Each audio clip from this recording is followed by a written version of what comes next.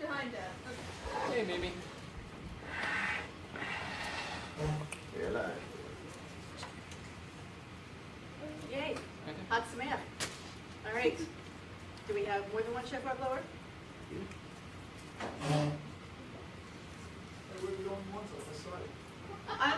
I'm here, so we balance it out. My persona. What? I left my shofar at home.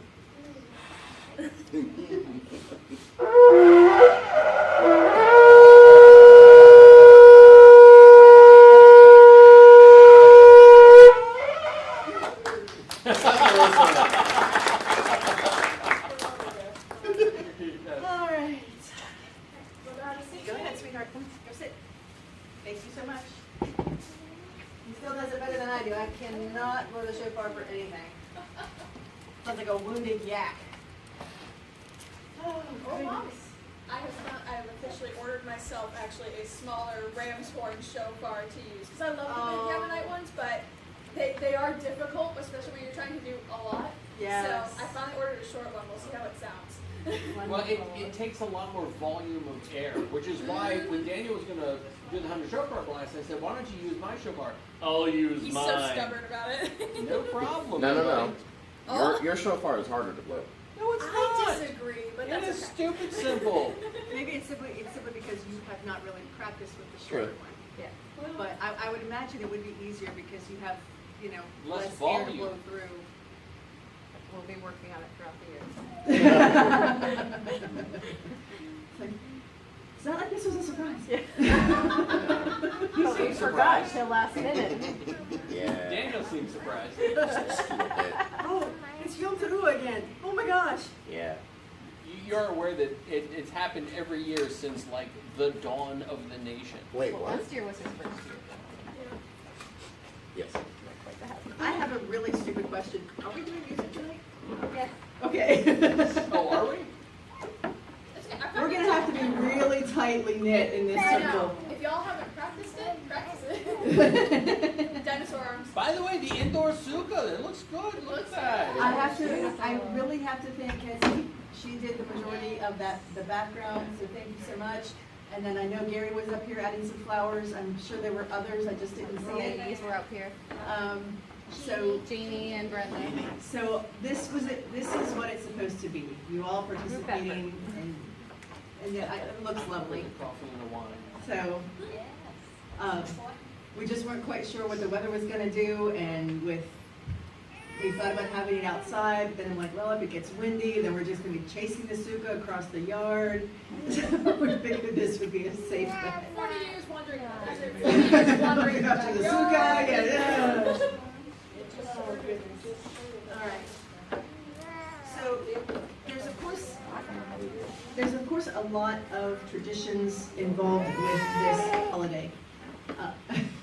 She's always trying to steal my thunder. So of course you'll hear it as Sukkot, you'll hear it as Sukkos. There'll be different emphases on the wrong syllable, the way it's pronounced. We also know it as the Feast of Tabernacles. What is a tabernacle? It is a place where God dwells, at least it should be. Typically when we refer to the tabernacle, we're also talking about the Mishkan, which was what was in the desert. And that was what God actually gave the people the designs for the Mishkan. So every other tabernacle or temple since then has been really amazing designs by man. But the Mishkan was modeled after God's ideas and what it is in heaven. So the Mishkan is the real deal. So there may be other beautiful places, but the Mishkan, that is what mimics what is in heaven. It wasn't good. He has a lot of good questions. The houses of heaven? The Mishkan is the tabernacle in the desert, where Moshe and the Israelites all camped around it. And that's where we see the big menorah, and we see the Ark of the Covenant in the Holy of Holies. And there is a huge altar where sacrifices are made. There is a place to wash your hands and a mirror that you look at yourself. Do you remember when that really cool setup was here? And we had that gentleman had the the really cool altar here, and it had the smoke machine. Okay, those were things that you would have found in the Mishkan. Some people call it the tabernacle. So the Feast of Tabernacles, though, is because this is a miniature dwelling like that. And it is supposed to be symbolic of God's provision. Some people will call this a booth. I think that's the origin of any sales place that you've ever gone to, any sales convention, and they all have their individual booths. They were sukkahs originally. So if you ever go to a sales convention, you're welcome. You have the Feast of Tabernacles. You can celebrate it in spirit.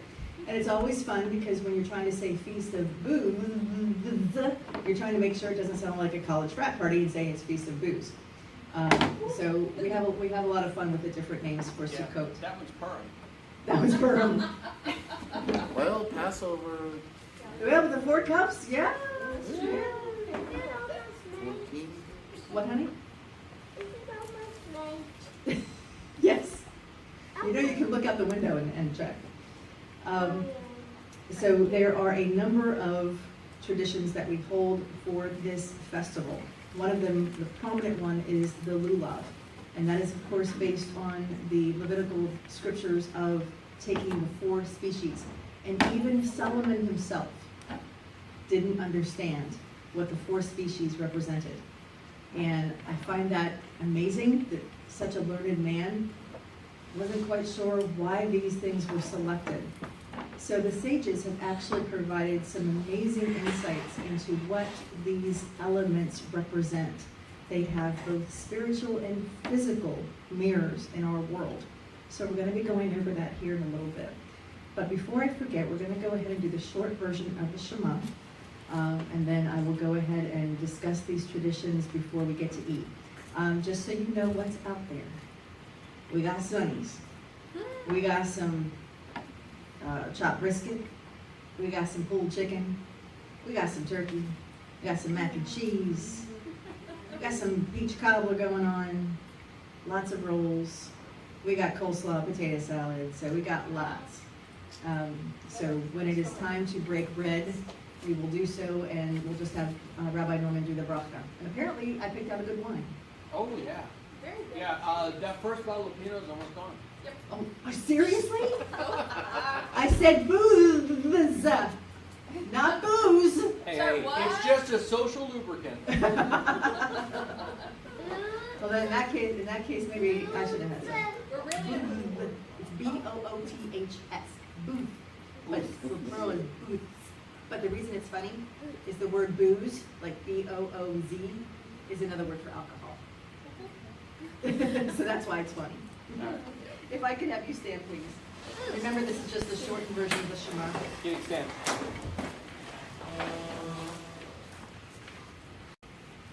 Shema Yisrael, Yehovah, Yehovah, Yehovah Echad, Baruch Shem Kevod, Malchuto, Le'olam Va'ed.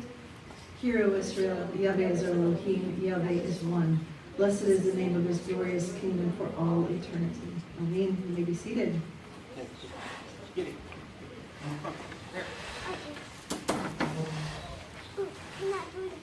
No. And we will go ahead and do our holiday blessing for the candles.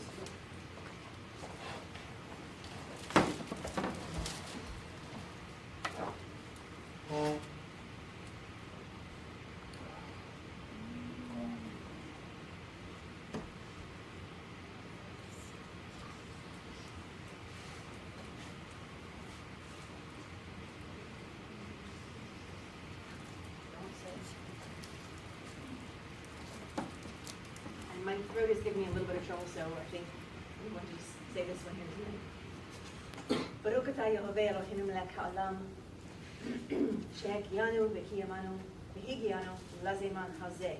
Blessed are you, Yahweh Elohim, King of the universe, who has granted us life, sustained us, and enabled us to reach this season. When do we do this particular blessing? All the holidays. holidays. And I was like, no. You're not wrong. After your life, the triangle. So before I do the lulav blessing, we're going to talk about the elements. The word lulav actually represents the date palm. But when you're talking about it as a set, it encompasses the date palm, myrtle, and willow. And then of course we have the beautiful etrog, which is huge this year. Yummy. Daddy said I might be able to eat it after we're done. I would like to be able to take the seeds this year. Now, oddly enough, even though this is so huge, most of this is going to be rind. And you will find this after Sukkot, people will slice it, and almost like a candied citron, they will pickle it, and then they will use it for various appetizers and seasonings throughout the year. Hopefully I'll be able to get some seeds out of this one and plant some, we can have some of our own, and that would be nice. Now, Lee, you actually have more of a conservative background. You've had more traditions associated with this. I could not find why in the blessings you turn the etrog, because before you do the blessing, you have the pitham, I believe, facing up, and then you turn it. Have you heard why? No idea. I have no idea They either. just, sometimes they do things out of tradition. Yes. Or, you know, I'm sure they write 1,000 reasons why, and Yeah. they really don't know themselves. Of course, I guarantee there was a certain set of circumstances I'm thinking. where that happened and needed to be done. I'm thinking Shlomo had it in his hand, and it was facing up, and he dropped it by accident and then turned it. And someone saw that and thought, oh, that's brilliant. We have to incorporate that with every single tradition for the etrog. Hey Sarah, what does the etrog represent? We're getting there. We're getting there. Gun jumper. You want to come in today? You want to come and do this? Oh. Well, it's Sam. I have an idea. That might be why it's turned. It's bringing God's blessing down upon us. And then inverting it? In answering, I was being a smarty to Daniel there, but the etrog symbolizes the heart if you are encompassing that, as far as doing those physical parallels. But I don't see a reason why your heart would be upside down. Turning back to God. Turning back Maybe to God. turning back to God. I You mean, take the lulav, you go east, west, north, south, Yes. high, low, Well, every which way. So I know that- why not take, the etrog? the etrog, okay, so the etrog's feeling lonely and it has to have a little dance. Well, considering it cannot be considered kosher if the was it it's not the pith, is it the pith? Yeah, if that is broken off, maybe it has something to do with that. Well, it does, because that's how you figure out how it's placed. But, yeah, it was interesting. I really hope my throat behaves itself. Okay, so let's talk about these species here real quick. And let's talk about the physical parallels to these options. Now, of course, with the etrog, we've already said that it symbolizes the heart. Anybody have a guess as to what this might symbolize in the body? The spine. Yep. So, pretty on the nose for that one. And we also have myrtle. And I was telling Lee and Jeannie when I first took these out of the packaging when they arrived, this had such an amazing scent when I took them out. Now, of course, that they've been, out in the air, you still smell it a little bit. You rub the leaves. So if you look at these leaves, oh, Giddy, you're not up here anymore. Oh, But it's fine. can I come back? Do you see these leaves? Are they big or are they little? Little. So they're not really wide, right, Yoshi? Yeah. Okay. So if I held this up to my face, does it kind of look like the shape of my eye? Yoshi's like, no, it doesn't. There's our little old girl. At least he's honest. Yep. When you look at these are to symbolize your eyes. My willow is looking a little wilted here, unfortunately, even though I had it in water. Now, how about these? This one's not real short, right, Giddy? These are longer, all right? So if I held it up to my face, it's obviously not my eyes. Can you think of anything on my face that these longer, thinner leaves might be? Your Give nose. I'm not asking you any more questions. Yes. My slender nose. Your mouth. Your mouth, your lips. See? That's it. You're getting one less gift for Monica. I'm just picking. Only 99 presents now. Wait, what did you say? Only 99 Only presents? 99? I'll give him that one for his birthday. So we have mirrors of our physical body with these elements. Now let's really quick talk about the spiritual parallels for these. We have an etrog, which you can eat in one way, shape, or form. Remember, it doesn't have a lot of fleshy stuff on the inside. That's, but it is a very citrusy kind of fruit. And some people will ask, why the etrog? Why not a lemon? Why not something else that's yellow that I can't think of off the top of my head? Just a standard citron. These bloom and produce all year long. They don't have a season. And when you think of the spiritual parallel with this, this has an amazing aroma. It does have a tart taste. So this is to symbolize an individual that has both Torah knowledge and Torah action. So we want to be like the etrog. I think I'm a little bit more sour than usual. But the fact that this produces all year long in Israel, I think is a poignant observation, because we should be doing the same. It's interesting because we're not always producing. Sometimes we are generating. Sometimes we are flowering. Sometimes we need a little bit of fertilizer. Sometimes we need that rain. We are in different stages of this etrog. So when you look at this and go, oh gosh, I need to be producing all the time. A tree still has its various stages of development and growth. But we are to be consistent in our production and not be locked in a season. So let's set this off to the side.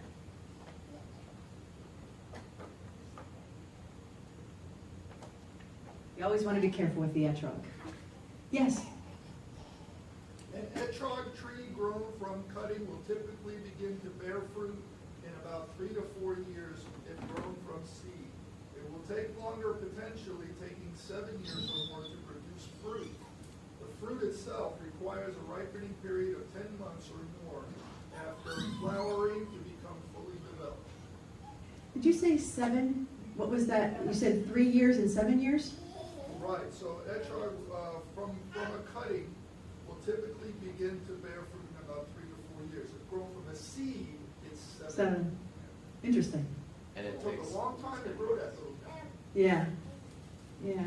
Interesting though with the amount of time. And of course you have to remember first fruits with that as well. So very, very cool. All right. Sorry, I got sidetracked there. So we have our willow.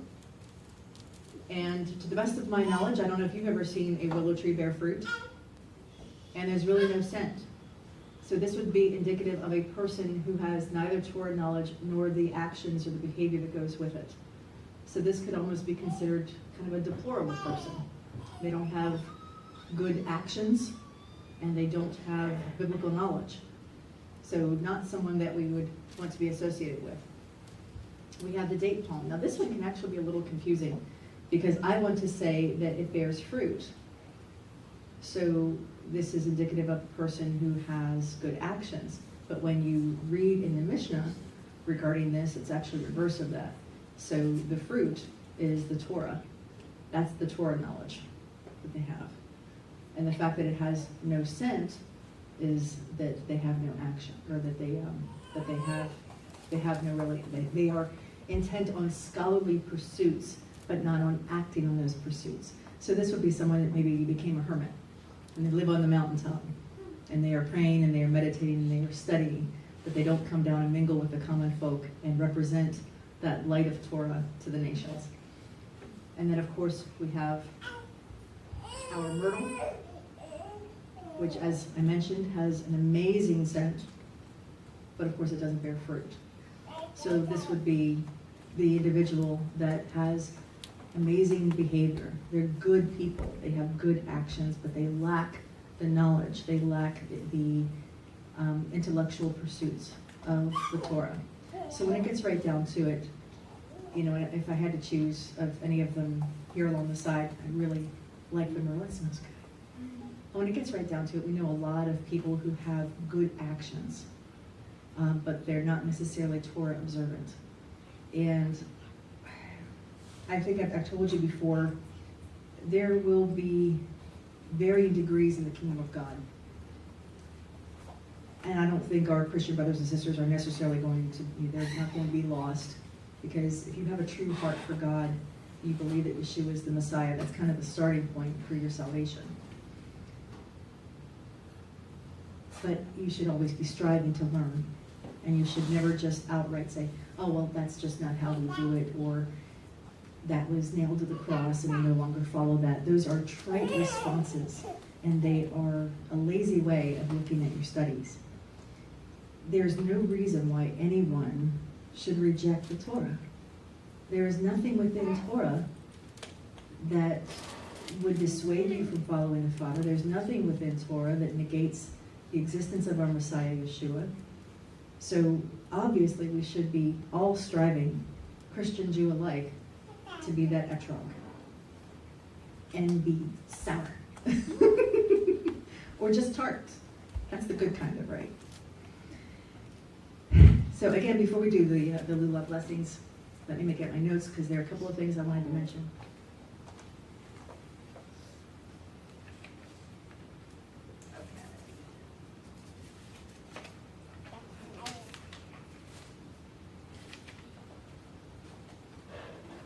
So a few years ago, I really started going through Talmud and learning about the different traditions associated with the holiday. Not that there wasn't already enough to go on, but it just, as I was reading and learning and growing, I was like, ooh, what's this about?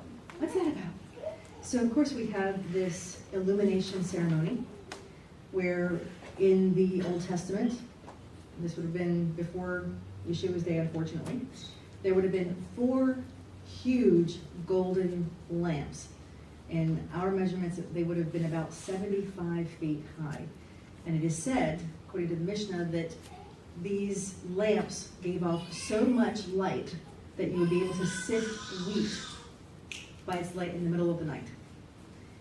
That is astonishing to me. Can you imagine the 4 directions, north, south, east, and west, where you have these enormous candelabra, and the wicks were made by the old robes of the priests, of the Levites.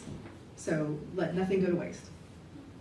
And there was so much that was done. There was song, there was dancing, there was worshiping. Now, of course, you know, they did have a certain men's group that would come out and dance and worship.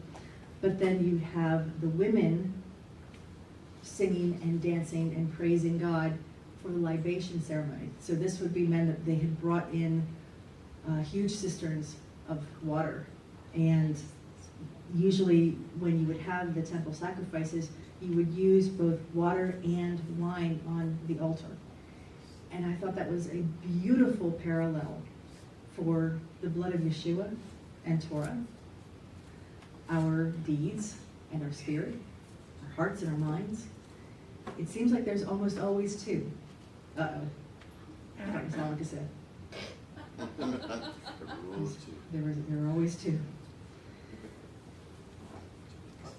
I hope that this is done during Yeshua's reign. I hope that in the kingdom to come, we have this, because I want to see this.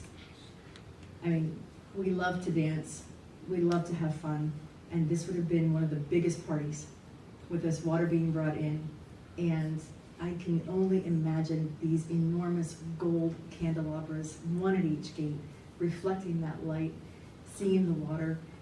It's just, it has to be the most beautiful experience, and I'm really hoping that this is brought into play again.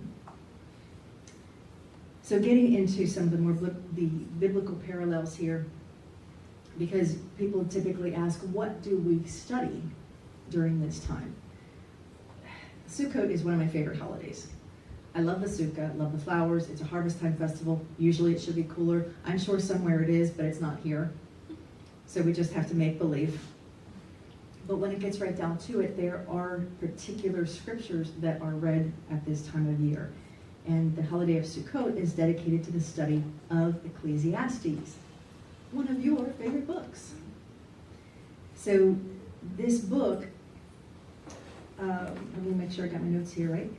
This accentuates Solomon's philosophy of the importance of humility, morality, patience, learning from past mistakes, commemoration, and historical perspective, along with family, friendship, long-term thinking, proper timing, realism, and knowledge.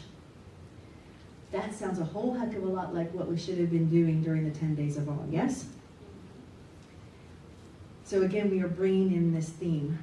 So even though we have completed the 10 days of awe, remember that that phrase that I told you is very traditional, that you may be inscribed for a good year, that on Yom Teruah it is written and on Yom Kippur it is sealed. There's a continuation of that particular saying that says at Sukkot, at the end of Sukkot, it is delivered. So there is still time to address certain issues during this holiday. Now, I'm not going to steal Rabbi's thunder because, of course, this coming Shabbat, he is going to be teaching on the provision of Yeshua as he was most likely born at this time of year. And it makes perfect sense because this is supposed to be a reminder of God's provision, a reminder of that temporary wandering in the desert for 40 years before claiming the land. This is a temporary dwelling. So we are told to actually sleep under it. And although we don't have this set up here now, the traditional manufacturing of the sukkah allows you to see the stars. And that way also, if it rains, you're supposed to be able to feel the rain on your face. So again, this is a celebration and an honoring of God's provision. And as Yeshua was our provision and is our provision for our salvation, it flows right into that. And God does nothing without purpose. So he'll be talking about that and providing the biblical evidence for the birth of Yeshua at this time. Let's see. As I said, there's a lot, so I just want to make sure I'm covering my bases. I have a rabbit trail. You guys have time for a rabbit trail? Yeah. Okay. As I said, we study Ecclesiastes during Sukkot. Which one do we do at Pentecost, at Shavuot? You guys know the story. What's the book? Acts. Ruth. Well, yeah, Acts. You got that one for Pentecost there in the New Testament. You're absolutely right. The Old Testament, though, is Ruth. Song of Songs is read at Passover. And the Scroll of Esther, when's that one done? Purim, okay. So we have these analogies and these specific scrolls that are done. In my studies, and I had this here last year, but I didn't say anything about it, but this year I felt like it was important to bring it up, and here's my bunny trail. There's this scroll of Echad, which is Lamentations. And that is read on the 9th day of Av, Tish B'Av. That would have been, I believe, August 3rd this year. It's another big fast day, obviously not biblically mandated. But a lot of really bad things happened on that day. And I am not a prophet. But there is a part of me, again, with all of these things, and I'm going to give you a little list, and this isn't even a complete list. I just couldn't help but wonder if that is going to continue as we really get into that time frame of Messiah returning, if something is going to be happening on Tish B'Av. So let me tell you just a little bit about those things that happened. Both the temples were destroyed. This would have been in 1313 BCE that the spies returned with a bad report. The Jews were expelled from England. Jews were expelled from Spain. World War I began on Tish B'Av in 1914. That's not even a complete list. That's some heavy stuff. So again, when I'm looking at these parallels and I'm looking at these holidays and the timing, God does nothing without purpose. Now, I don't want to say that, God did all these things. I'm just saying these things happened on this day, and it's just too much of a coincidence to look at that and say, oh yeah, that's not going to play in the future. Hey, Sarah. Yes. It's actually both World Wars. Did they both start on Tish B'Av? That is interesting. So again, obviously, when things like that happen, pay attention. There's a reason. And Yeshua said, that we will know the season and that there will be signs, and maybe that's one of them. Okay, so we talked about the libation festival, we talked about the lamps. I would like to share with you my newest layer of learning. And I find it fascinating, guys, because when we are told in scriptures to just basically take these species, that's it. It is the study of the sages. I mean, I know we don't treat Talmud as importantly as the Torah. And this might be sacrilegious for some, but we shouldn't. It's very important knowledge, it's very good knowledge, but it does not equal God's instructions. So we should not make that equation. But that doesn't mean we throw the baby out we don't throw the baby out with the bathwater because of that. We have so much good information in the collections of the Talmud that provide us with deeper understanding. And that affects our spiritual walk. So we also have in the Kabbalah, and this I think I was able to get some of this from Chabad, so please understand, when I'm doing my studies, I go all over the place and I'm in books and it gets a little crazy. So this year, it's one of those V8 things, could have had a V8 moment. And it's talking about the directions. Now, my family is going to laugh because I can't find my way out of a hole in the ground. I have very few directional abilities. I'm one of those people that don't tell me to go north, tell me to go out here, make a right, and keep going 5 miles, then make a left. Don't tell me north and south. I will go. Nope, not gonna happen. I might as well just sit in the parking lot and go in circles. North is in front of me. No, north is up. That's what it says on the map. But I will stand like in this building, and I'll have to think. I'm like, okay, that way is there, so that should be west, right? No. Okay, when I left the house, north was here. So, if we are all together at the end of days and we're still waiting for Yeshua to return, please don't send me to go get anything, even with a compass. Forget it, guys, all right? You will never see me again except by divine guidance. Give me breadcrumbs, tie a rope around me, and don't let me go too far, because I will get lost, I promise you. Where's your bell?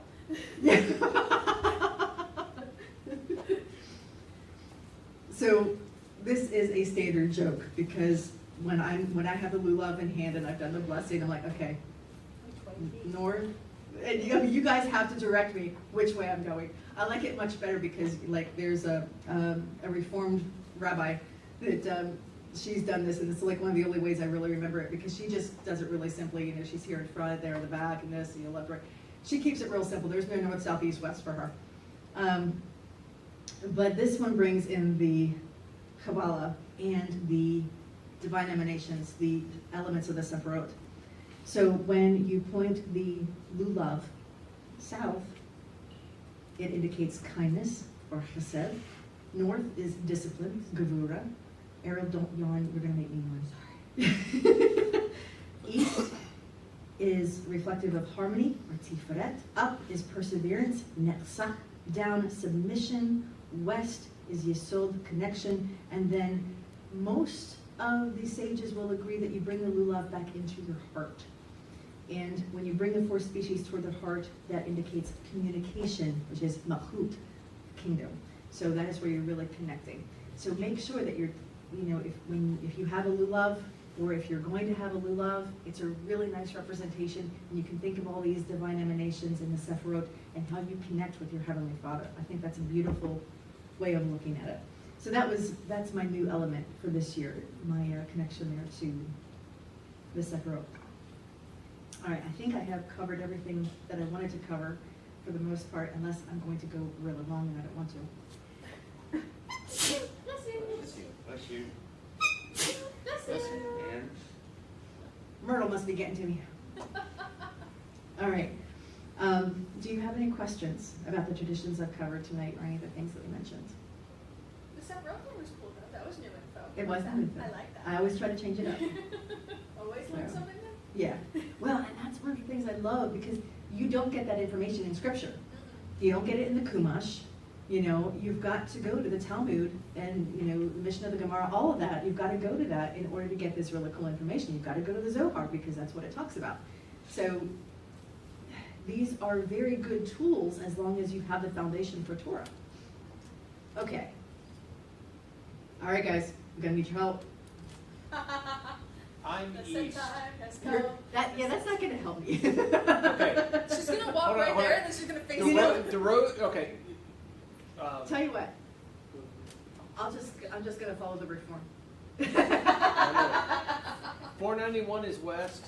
I'm at the east. Where's You 491? just that's lost east her. right there. Where's You 491? said 491 and she was gone. Street. Sarah, this is east right here. Yeah. I just checked. I know that's east. East, west. I do know that's east North, because we'll turn south. that way when we do the Shema and all that. So I know that's east. So then I'm like, okay, east. So that's obviously west. Oh, it was so weird. I had to give my. South. That's up. It doesn't That's matter. It doesn't matter. I know never eat soggy waffles. I know, but it's just So no, for 5 minutes. for some reason I'm just lost. If Like you go literally. east, you can find a Right. right that way. It's okay. I'll be shaking all around. It's okay. Now you're starting to sound like I do the hokey pokey. You live in the era of Google Maps. You're fine. You don't need your directions. It's That's okay. it too. That's it. That's me. Your direction challenge too? Okay, so we are in good company. All right, awesome. Oh Lord. You know I was up there going, yeah, that's my girl. I didn't gift her with directional gifts there. That's why you're forced to follow Dad. You don't know your way. Oh Lord. Oh, there's another bunny trail with that one. This was before we started dating, all right? And I am following him and the gargantuan friend Jeremy that he has at the particular time. I am following him to his house in McSherrystown. I know vaguely where the house is. He took me on the biggest roundabout, circuitous route to get to his house for the first time. And I'm like, oh, I know you were playing with me. And I'm just back there in my car having to follow this dummy because I don't know where I'm going. No, you couldn't take a shortcut even if you tried. And that, my friends, says a lot about our marriage right there. I'm following you, but I'm not happy about it. Like, I am back here saying all sorts of horrible things about you. I was because just like, look, I'm charming. You're gonna have to work for it. That's okay, I've been making you work for it for the last 30 years. She's been paying you back for that day ever since. All right. Alright, sorry. We'll let you teach now. Well, no, I'm just going to do the blessing, and hopefully the Father hasn't totally been disappointed in me here tonight. Baruch atah Yehovah Eloheinu melech haolam, asher kidshanu b'mitzvotav v'tzivanu al natilat lulav. Blessed are you, Yahweh Elohim, King of the universe, who has sanctified us with his commandments and commanded us regarding taking the lulav. And I am so happy because usually when I say this blessing, I have to say, is that really in the Torah? And we have to go, no, but this one, it is. All right, so there are some who will actually project this out a little bit more, all right, and really get, what'd you say? No. I said, sorry, so you're projecting. Projecting. Sorry. So when you see a lot of these, getting those directions off of YouTube because it's really beneficial to see how you want to do it, but there are a couple of different ways to do it. I do like the simple way of just kind of being here in front, the right, Looks like a sword. the back. It does, doesn't it? Giddy, get over here. Oh. What are you doing? It is a lot more low key tonight. Sylvie, just kill it. Let the little children come unto me. Don't say that. All right, all the children go. Left, No. up, down, and bringing it back to the front. All right, we'll set this off to the side. Again, do you have any questions before we close? All right, if I can have you stand, please, for the bear cut company.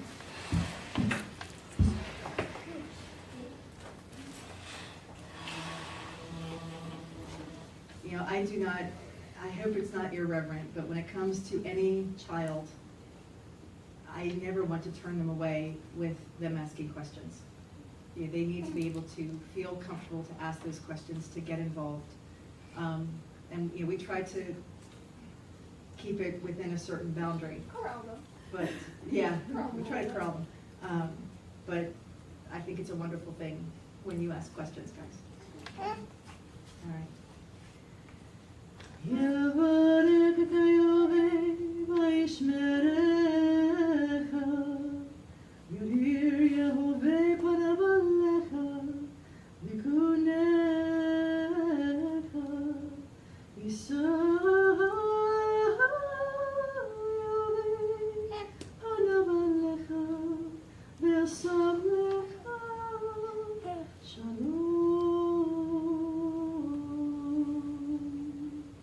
May Yahweh bless you and keep you. May Yahweh make his face shine upon you and be gracious to you.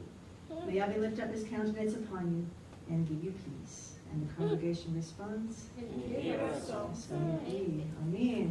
All right, we all just give us a few minutes to get everything set up for the food. We wish everyone Chag Sameach online, and let's eat. Yummy. Can I eat the etrog?